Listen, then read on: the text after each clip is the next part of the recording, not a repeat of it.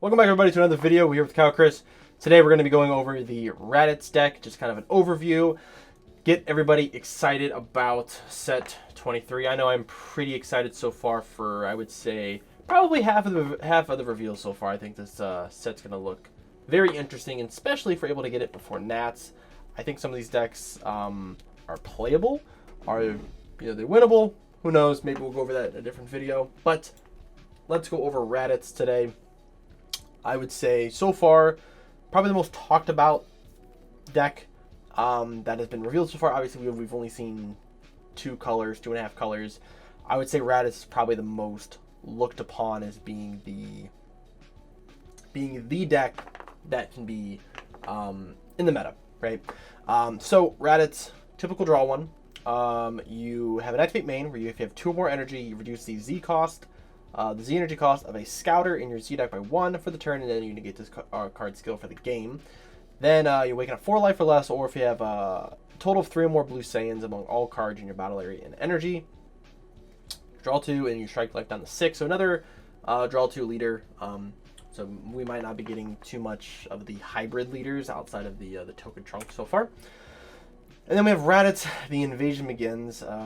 Very similar art to the promo, I think it's a promo leader. The green Raditz. I know the reboot was a promo leader. The Warping Raditz card. So it's kind of funny that they're pretty similar. When this card attacks, draw 1, and then auto remove 1 scouter in your battle area from the game. When one of your blue Raditz cards is KO'd, play up to 1 blue Nappa with a 16k power from your deck, and then shuffle your deck. That's pretty cool. So you have kind of like a weird combat trick. And then auto at the end of the turn, choose one of your blue Raditz battle cards, switch it to active mode, and it gains blocker until the end of your opponent's turn. So a lot of cool things here. So low to the ground pressure is going to be what the idea of this deck sort of revolves around, at least archetype-wise.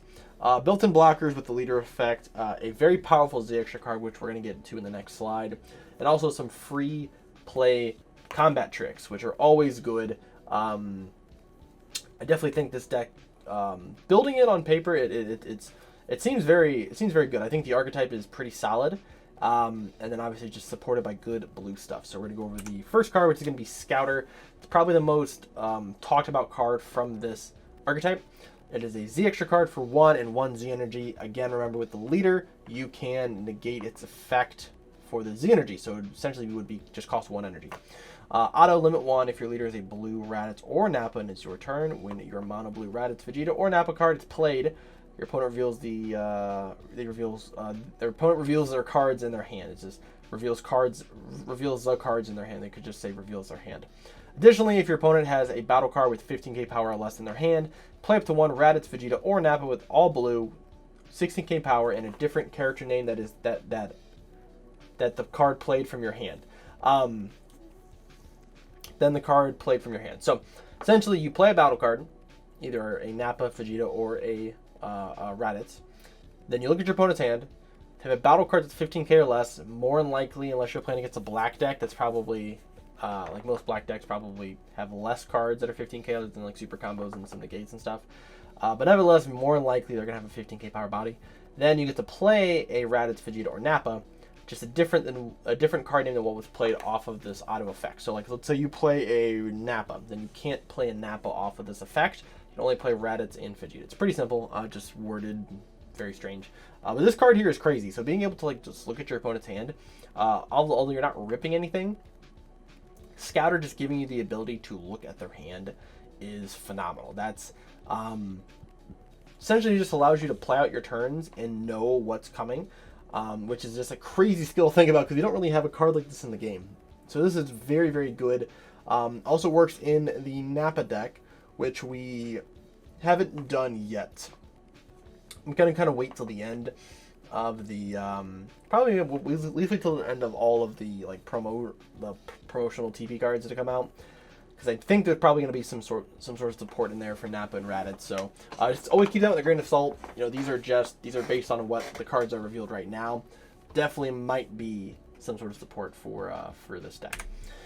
So next we have the Invasion, 1 draft with Vegeta and Raditz. Both do the exact same thing. The only difference is that Raditz has Revenge. And with your Awakened side, Raditz becomes a 1-drop revenge with blocker. So it actually has some meaning to it. The Vegeta, more than likely, you're not going to play in the Raditz deck. This is probably a support card for Nappa, more so. So I wouldn't play the Vegeta in the Raditz deck. You have other things you can play other than just a 1-drop cantrip. Then we have the Using a Scouter duo cards. We have Raditz and Nappa. Both are 16Ks. Both play for 1. If your leader is a Raditz, a blue Raditz, and you have Raditz, you need a Raditz leader and 3 more energy. Nappa, you need Raditz leader and 2 more energy. Raditz, if you have a Scouter in your battle area when this card is played, choose one of your opponent's battle cards with energy cost greater than their current energy, and then place it at the bottom of its owner's deck. So you have 1-drop removal or free removal if you play this off of the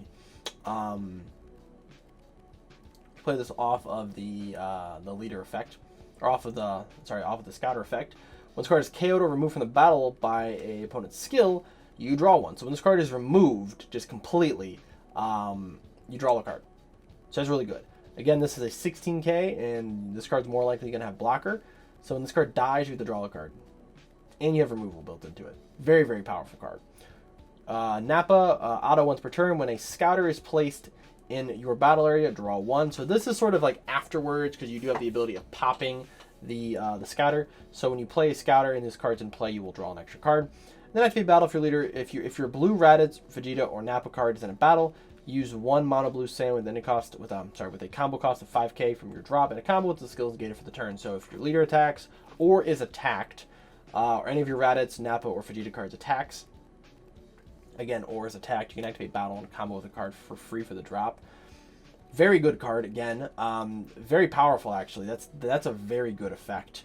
Just being able to just combo for free for something, that's really good. You're going to build a lot of Z energy if you keep this card on the board. And it's not limit 1, meaning if you have multiple of these on the board, they are limit 1 to play, but if you have multiple on the board, you can continue to use that effect. All right. And we have 2 more Nappa support cards. Really funny that they just have 2 just Nappa yelling pictures. Nappa Cultivating Cybermen. If your leader is a blue Raditz and you have 3 more energy, draw 1 and play this card from your hand. So this card plays 1. You have to draw a card to play this card, so that's not really important too much. There's like 1 card in the game that stopped you from playing this card. When this card is played, play up to 1 Cybermen token, which Cybermen tokens are 5k power, 0k combo cost, or 0 combo cost, and then 5k combo power. And it gains blocker and revenge until the end of the turn. So this is actually a card you would play off of the leader effect. So when one of your Raditz cards dies, you play this card for free from your hand, which then plays a token that also is a blocker with revenge. So essentially almost like playing like a token negate. However, this token negate has revenge, so it's a little bit better, or it can just be 5k combo power. You also can play it on your turn just to draw a card, and then you have you basically played a 16k that also drew you a card and has an extra 5k combo power. So still a very good card. Nappa at the beginning. This card is played. Choose one of your opponent's battle cards that cost 5 or less and place it at the bottom of the owner's deck. And then play it. If you play it on your turn, you get to draw a card. So this card's played regardless. It will bottom deck something 5 or less. This is something, again, you can play off of your leader effect. Play it, bottom deck something 5 or less. That's pretty good. Just having removal, again, that's for free built into the deck is solid. Also, all of these cards are 16Ks, meaning all of this entire deck basically gets around Black Mask Saiyan, which is kind of funny, because Black Mask Saiyan would be like a typical card, like, okay, you have all these autos, you'll just like forcefully trigger them, and it's difficult to play around that stuff for some decks, but with this deck, you can just play right around BMS. You don't have to really worry about BMS. Now we have the Vegetas. So these 2 cards here are both incredibly good. So Vegeta Going Astray, 16k body if your leader is a Raditz and you have 3 more energy, play this card from your hand, and this card gains double strike for the turn. Permanent, if you have 4 more energy, this card gains dual attack, and then auto, when this card attacks, this card gets 9k for the turn. That's a lot for a rare, right? So if you tap 2, play this guy, he gets double strike. If you have 4 more energy, he's a dual attacker, so he's a 16k dual attack double striker. Then when you swing, he gets to gain 9k. So he becomes a 25k. So he's a 2-drop, 25k dual attacker in a blue deck. Really good.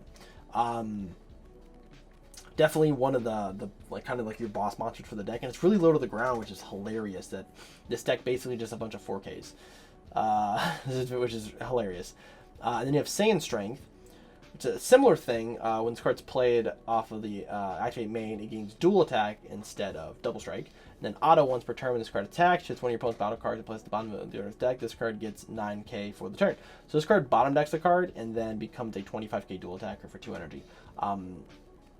Phenomenal. I think both of these cards are very, very good support. Thankfully, they did lock the first one just to Vegeta. Just to Raditz. The first Vegeta, they locked just to Raditz. The second one, however, is good in any blue deck. So, I would say this card probably replaces Piccolo the Infiltrator in some decks. Because it doesn't draw you a card, but it's going to swing twice for 25k and bottom deck something. I think that's pretty ridiculous. And then also you have the Nappa effect where you can give it 5k off of comboing a card for the drop. A lot of things you can do with this card. Then we have, I would say, one of my least favorite cards printed in some time. This card's very good, but I don't like blue, so I'm really kind of against this card here, which is Raditz Provoking Attack. 16k, deflect, dual attack, blocker, counter attack, negate the attack and play this card from your hand. Permanent, if you have a blue Z extra card in your battle area, reduce energy cost of this card in your hand by 2. So it becomes a 2 cost. Auto, if you have 3 more energy and you declare 1 number, when this card is played until the end of your opponent's next turn, your opponent can't play a battle card with an original power as the same as your declared number unless they place 1 card from their hand at the bottom of their deck. So it's like a weird, like, pseudo version of like a Broken Seal, right? So you play it, it's gonna negate an attack, you play it for 2, right? It's got dual attack, doesn't matter too much on defense, but it's got blocker. Also has deflect, meaning you can't counterplay it. Kind of ridiculous, right? Card comes down for 2. If you have a Z extra card, you're gonna have a Z extra card. But then you can pick a number. You just go 15k, right? Now your opponent can't play battle cards that are 15k for their turn and your turn. Now for your turn, let's say you're playing against a yellow deck. Doesn't mean too much. Most yellow decks are not playing 15k battle cards on offense. But what they are doing is they're playing 15k battle cards on defense. Meaning you call 15, they can't play Robotic Riposte, they can't play Vegeta. That's pretty devastating, if you ask me. You play against, I don't know, let's say Super Fu, right? You play this card, you call 10 cost, 10k. They can't play any of their 6 cost Cumbers. This card is also not locked to Raditz, and I didn't think this card was going to be locked to Raditz, but it's a little weird that it's not. So now this card's going to be generically used in every blue deck. Every blue deck in Nats is probably going to play this card. I would say this is kind of what the equivalent was last year when we had Black Smoke Dragon come out right before Nats. I think this is what's considered that for blue. I think every blue deck is going to be citing this card or playing this card. And now you got to think about it. It's not like the craziest card in the world, right? Like, it's just 1 card every time they do it, so it's not like huge. But like being able to play a 16k with blocker, and then following it up with other defense. So like you 17 at the beginning of the turn, your opponent decides to swing through it. You play a Raditz, call their big boss monster. Now your opponent's not going to want to drop 2 cards from their hand to swing, right? Blue deck's investing 3 energy for defense is not a lot. And now this card's a dual attacker on your turn. In the Raditz deck, this is a dual attacker that's going to restand itself at the end of the turn and now be a blocker. So this card's incredibly good. Not a huge fan of it. I know it's going to get played on me a lot, especially because it has deflect. And that's, I think, the problem, is that it has deflect. So it's not counterable. You have to let it go through, and I'm not a huge fan of having negates with deflect. That's not a good way to design a card, but it could just be me. I'm sure people who play blue will probably think differently. Then we have some other cards for the deck. We have Abducted and Raditz Prelude to Invasion. So these are 2 very mid cards. I think they're interesting, but I don't think they're crazy good for the deck. So Abducted, negate the skills as a card. So you use Abducted. So activate main, place this card in your drop area from under a... activate main. Choose up to one of your opponent's battle cards with Sun Gohan in its character name and place this card under it from your drop after this card is activated. Okay. Activate main. Place this card in your drop from under a Gohan with Son Gohan in its character name, and then permanent. They get the skills of the battle card on top of this card, and those cards can attack. So it's basically, it's like a weird Gohan, like a weird Gohan stopping card. So is it really good? No, it's very niche. I'm sure we'll have someone will probably use it against someone playing a Son Gohan card, and you're like, oh my god, this card's crazy, buy out, right? So meh, it's okay. Raditz Prelude to Invasion. This is a 1-drop blocker from the Z deck. The leader is Raditz or Nappa when this card is played. And it's the turn this card was played. When this card attacks, use a blue Saiyan with 5k combo power from the drop on a combo. Then switch this card to active mode at the end of the turn. Activate main once per turn, 1 blue. So if you have a Scouter in your battle area, this card gets 10k in crits. So for 2 energy investment, this card can be a 20k crit for 2 energy. It's really bad. Also, it only gains the auto the turn that it's played, which I think is really stupid. I think if Bandai wanted to make this card good, they would have just left the auto just when this card attacks. Or actually, when this card attacks or when it blocks. Combo card from the drop. Like, that would have been awesome. But it's really bad. Thankfully, it's just a common, so don't be alarmed by like the gold like energy things around the outside. It's not that important of a card, just a common. So you'll probably maybe play 1. I think there's better options though to play. So I'll get to that point once we show off the deck. So overall, Raditz so far looks really cool. We're gonna go over the deck profile, give you guys a little bit of a more detailed idea on what a deck list could look like for this deck. And of course, if you guys like the video, make sure you guys like, comment, and subscribe. And all that does help me out and helps me support the channel and continuing to keep the channel going. So we'll go into the deck portion of the video and see what we came up with. All right, so we have the deck here. As always, I would say as always, but in the last 2 videos going over cards in this set, I will leave this again. If you guys want to see a playthrough of this deck, we'll be doing a playthrough on Untap. I just need 50 likes on the video, and we will throw up a. I will do a gameplay video where we kind of build through the deck, maybe make it more competitive, and play through some games on Untap. So you guys can get sort of an idea on maybe play lines, mulligans, things like that. And also just fun for me to play the decks too. So, but if you guys want to see that content, 50 likes, and we'll end up doing that. 52 card deck here so far. And I kind of whittled it down from I think 54, which I thought was a little too much. I think 52 is probably okay.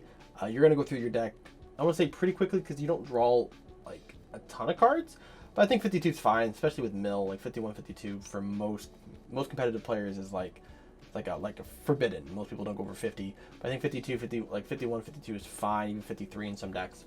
So we have 4 of the Raditz Invasion. As I said before, I would not play the Vegeta Invasion card.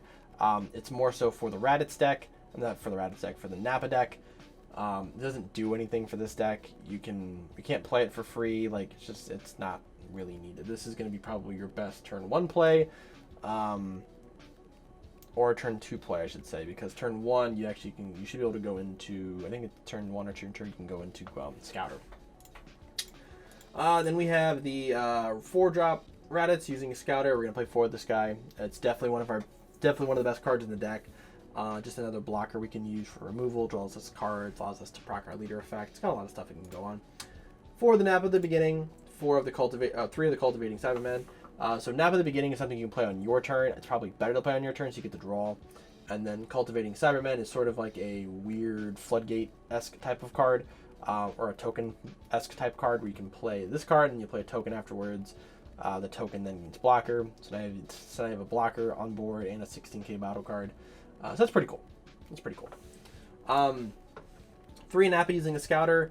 This card could be a 4 of. With just like deck space wise, 3 kind of felt like the best. So I just needed to kind of make room because there are 3 different Nappa cards you play in the deck. So 3 of the Reds provoking attack. I think after turn 3, you're probably going to kind of set up for this card in some matchups, just because you're probably going to have a Raditz on board. You're going to negate an attack and then call something, and now they can't play that card. Now the trick, I guess, to playing around this card is to just play the card before you attack. So you play it, and then swing at something else, this card will come down. I mean, this card's going to block the attack more likely anyways, unless it has removal. So there's that kind of stuff. So you have to play around that a little bit. It's very strange. But yeah, I don't know why someone put bad. Yeah, it's wild. All right, 4 Vegeta super combos. There's a Raditz super combo. It's a 4 life for less, draw 1. Nah, we don't need that card. We're going to play Vegeta. 4 Vegeta Saiyan Strength. And 4 going Astray. These are kind of your boss monster cards that you want to be playing. You want to essentially be tapping the energy to play this card so you get the extra effect. So for either one of these cards, you play it for 2, get the effect, look at your opponent's hand, and then play either a Nappa or a Raditz. Now, you can also play this card too, which is cool. So what's interesting is that you can play this card and then proc the auto, right? So, yeah, so you can basically play one of your Vegetas, play this card. If you have more than 3 energy, then you declare 1 number. Then you can proc this card. So you can be like, all right, 5k, right? Or 10k, 15k. Now, if your opponent plays a negate with one of those powers, not only are they losing a card from hand to play the card, they're also losing a card hand from playing the card off the auto. So, very irritating, very irritating effect, but it's part of how the archetype works, right? Then you have the other Raditz you can play here. The bottom deck's anything. This Nappa essentially gives you 5k combo power for free. This one, if you play a scouter afterwards, draw a card. This one bottom deck something. So like you have different plays you can do. But yeah, you want to definitely hard cast these 2 cards. So that way you're getting the full effect from the keyword skill plus their autos where they're getting more power and more keyword skills. We have 2 Super Saiyan Rose Goku Blacks, searchable off Raditz, and just another good card. You're going to be building a lot of Z energy. You might end up even running like 3 of this card, maybe even 4. Kind of depends on the format. I think right now there's not a ton of 4 or less battle cards like this deck, like Gohan, like this deck, 3 Han. There's a few other those like kind of low to the ground decks. A lot of red decks are like a lot of 4 lesses, so you can use this card to sort of bottom deck a lot of stuff. Get rid of it, draw cards, and then now you have a 20k double striker on board for 1 energy. 3 Senzu Bean, 3D Magic. This is your kind of your typical blue defensive setup, and 2 Chill Artery Reinforcements, just for more defense. We have 3 of the Super Negate, essentially 817. A combination of 17 and provoking attack. For 3 energy, basically, you're going to just shut down all your opponent's turns. You're just not going to be able to do anything. And then 2 Oob. This is one of your big boss monsters.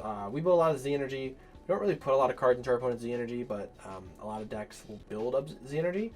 And for every card in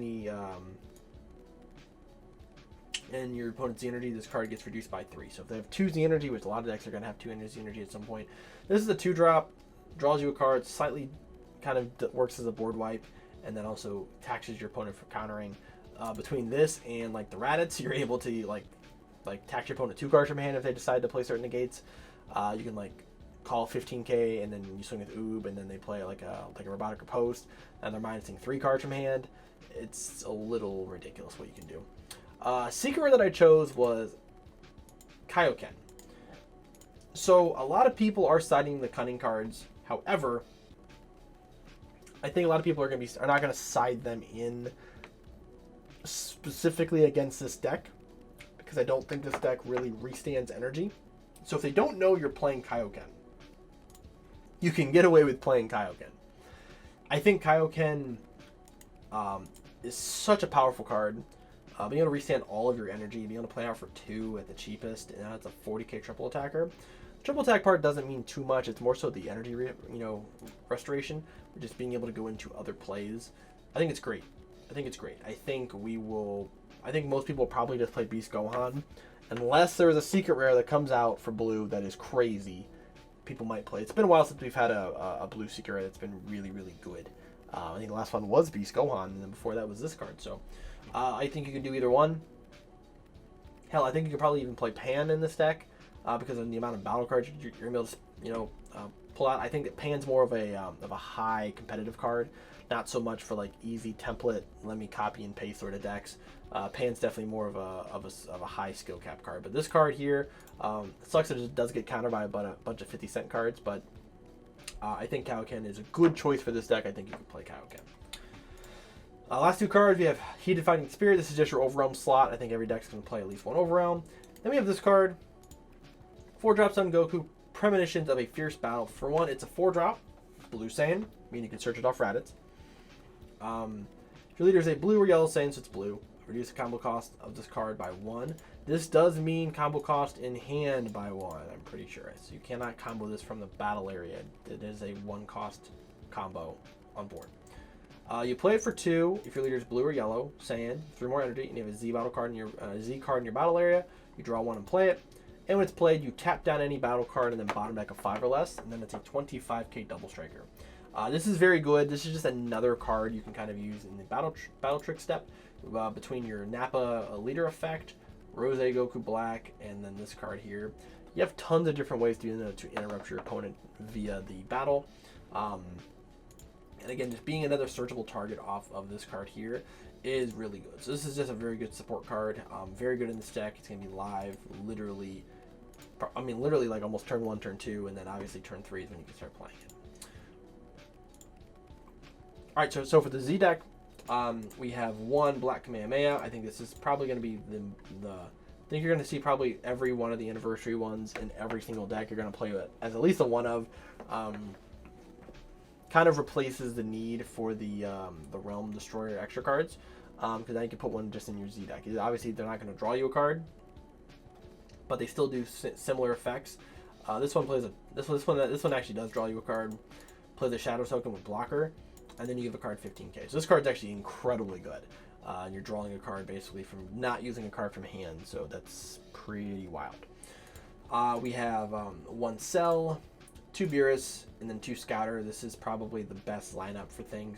Beerus for the single spot removal, kind of playing against like those slow grindy decks. You can use Beerus to remove cards without barrier, and then use it to remove cards with barrier.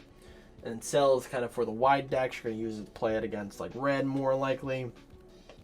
White boards around that are all below 5k, or that are below 5 cost or less.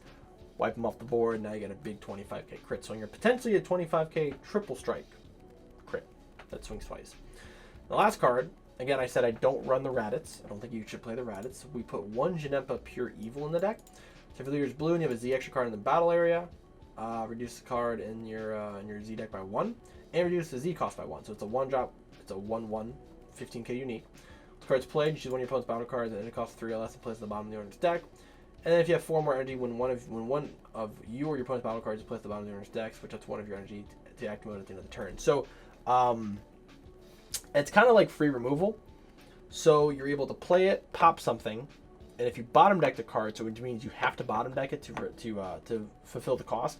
You can't bottom deck the extra cards and get the second auto. You can bottom deck it off the first one, but you can't get the second auto because it's not technically going to the bottom of the deck. So if you get rid of something that's technically 3 or less and it's not a Z battle card, you'll restand energy at the end of the turn. So you basically played it for free, you remove the card for free, and potentially got a 15k swing out of it. So I think this card's okay to play.